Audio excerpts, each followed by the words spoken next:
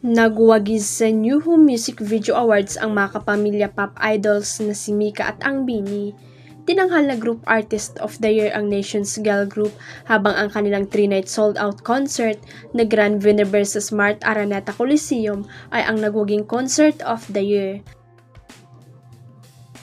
Male Artist of the Year naman ang singer-songwriter na si Maki habang ang phenomenal song niya na Dilaw ang nanalong Song of the Year.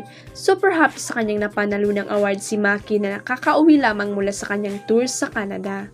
Super meaningful sa akin, super happy, just got back 2 days ago. Para sa akin, this award holds so much power for all the other artists nominated.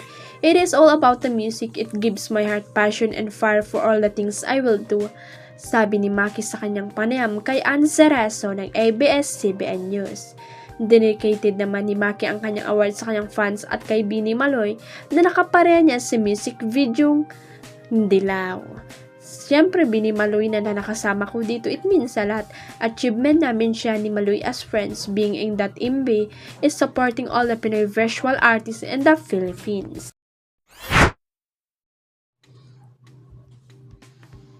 Naglaro sa unang pagkakataon ng ilang Pinoy Big Brother Celebrity Collab Edition Kapuso Housemate sa kapamilya game show na Rainbow Rumble.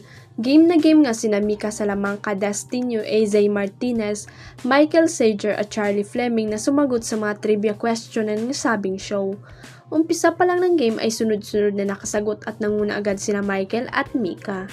Spotted naman ang kapamilya housemate na si Bianca De Vera na todo ang suporta at pag-cheer sa kanyang collab team na si Dustin, pero biro ng dalaga na si Dustin ang maiiwan sa game. Hindi naman ganun ang nangyari dahil ilang beses nakasagot ang binata at nabutan pa niya si Michael na pumangalawa sa game. Nasa ika-4 na pwesto si AJ at nakaisang tamang sagot naman si Charlie. Ang big winner na si Mika ang nagwagi sa kanila at naglaro sa jackpot round. Saya nga dahil isang kulay na lang ang kailangan niya para manalo ng 1 million pesos. Huwag kalimutang i-click ang subscribe button at i-ring ang notification bell para sa latest at legit chika updates.